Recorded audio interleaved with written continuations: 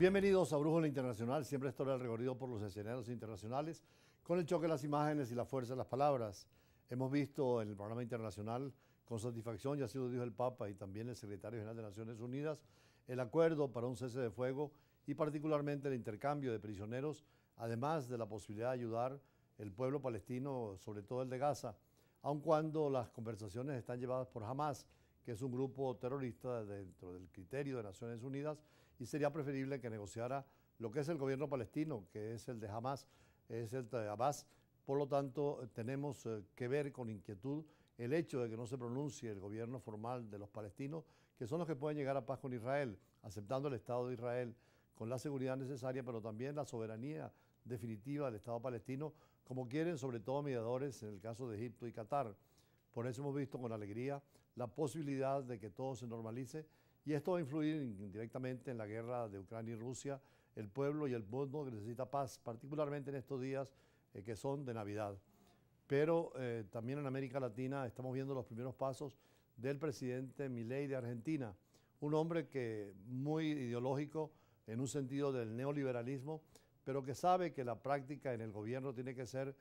mucho más realista, y por eso envió a su canciller a la primera gestión ante Brasil, porque fue muy duro en la campaña contra el presidente Lula y la izquierda latinoamericana, pero necesita que Lula esté presente en el cambio de gobierno durante la proclamación de su presidencia, y por lo tanto la Cancillería brasileña anunció que el presidente electo argentino, el ultraliberal argentino Javier Milei, de una manera clara invitó e insistió ante el mandatario de Brasil, el izquierdista Ignacio Lula da Silva, de su toma de posesión a pesar de las tensiones entre ambos líderes. Precisamente la recibió a la canciller, que es una mujer de Argentina, el canciller de Brasil, y conversaron de la fuerza que debe tener el Mercosur y la integración latinoamericana, que es uno de los principios de todos los gobiernos de derecha y de izquierda en función de estar en el cálculo de la política internacional frente a potencias como Rusia o China, la Unión Europea o Estados Unidos, que son grandes territorios y grandes poblaciones, y así podría ser América Latina. Pero veamos el caso argentino. El presidente electo de Argentina, Javier Milei, invitó a su toma de posesión a su homólogo de Brasil, Luis Ignacio Lula da Silva. Así lo informó el domingo la Cancillería brasileña, en medio de tensiones entre ambos líderes. Diana Mondino, señalada por Milei para ser su futura canciller, se reunió en Brasilia con el jefe de la diplomacia brasileña, Mauro Vieira. O que foi dito durante a campanha Una cosa es lo que se dijo en campaña, otra cosa es lo que acontezca durante el gobierno. No sé si el presidente podrá ir o no. Llegará de una larga visita al extranjero y albergará una cumbre del Mercosur en Brasil. No tengo respuesta, no puedo responder.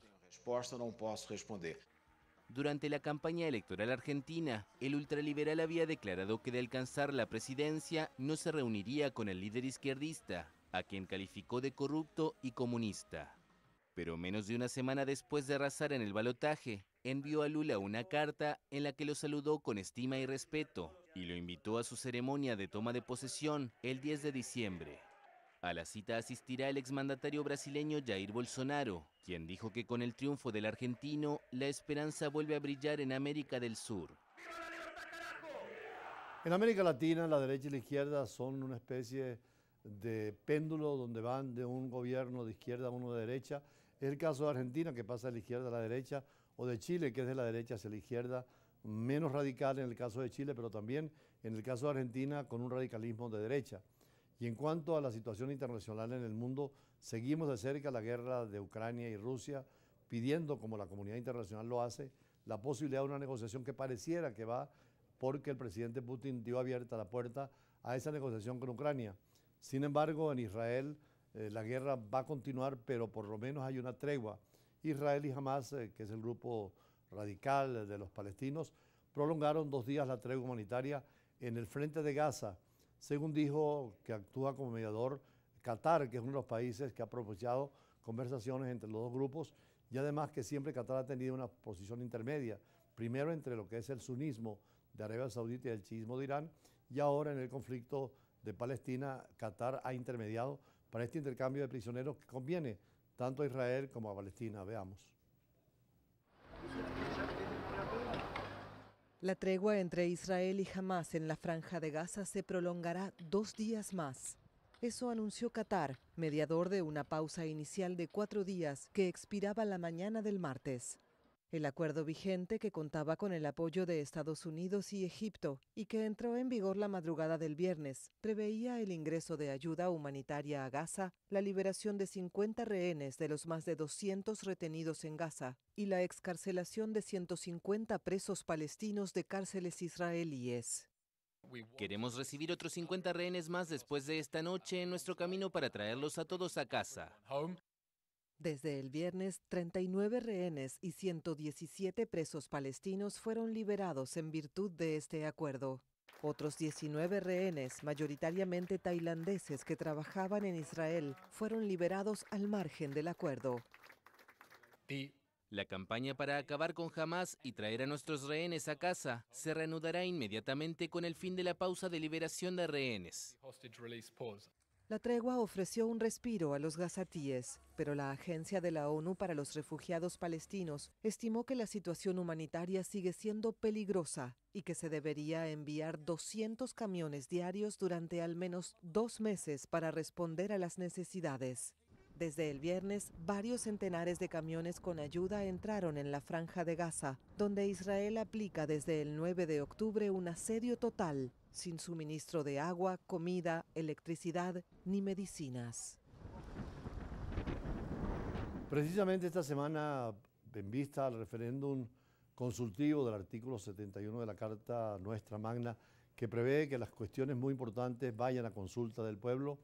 y en esta línea vimos inclusive en el programa anterior de Kiko el debate que se abre con el referéndum consultivo que en Venezuela es la afirmación de la soberanía nacional del territorio de 260.000 kilómetros que pertenece a Venezuela y que Guyana, inclusive en una demanda unilateral ante la Corte Internacional de Justicia, ha querido arrebatarnos.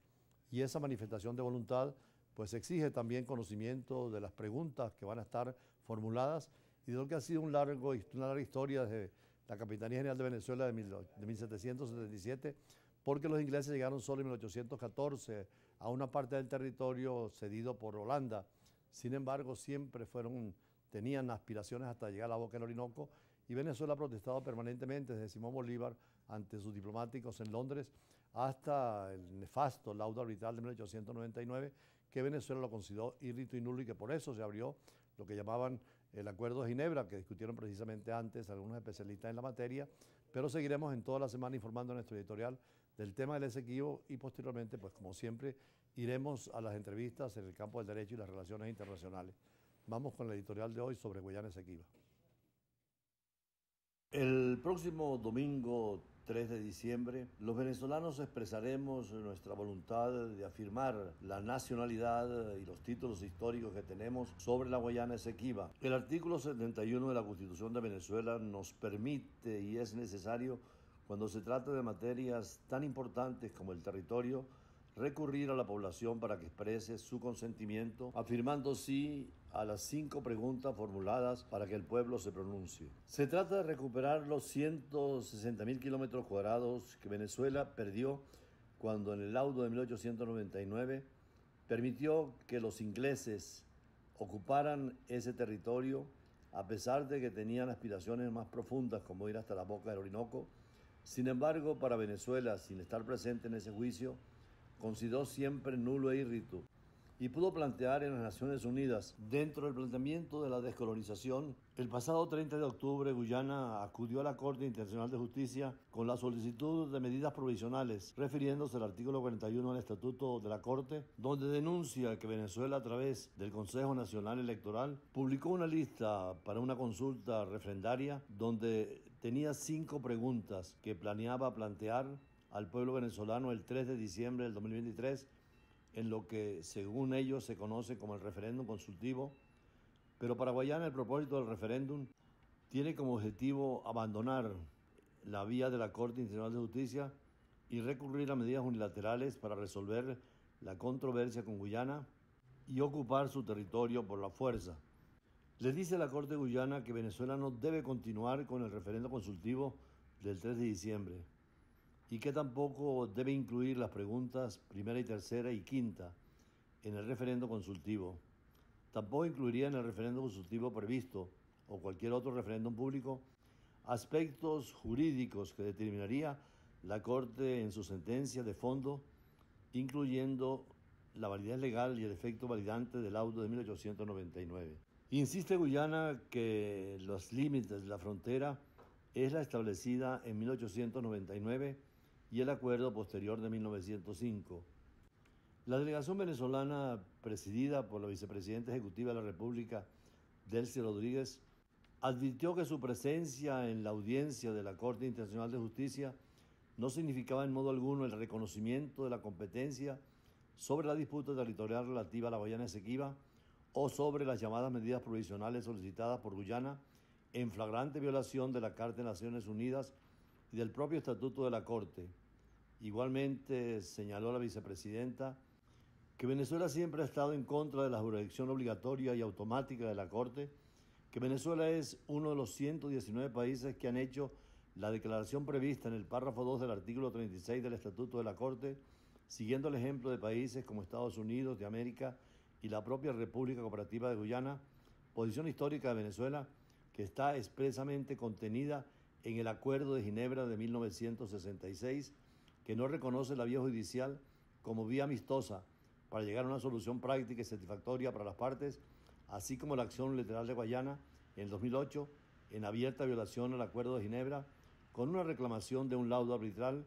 que pretende despojar a Venezuela del 15% de su territorio. Señaló que la Corte Suprema de Justicia de Venezuela confirmó la constitucionalidad de las cuestiones del referéndum y reafirmó que el Estado venezolano no dará la espalda a lo que el pueblo decida en ese referéndum consultivo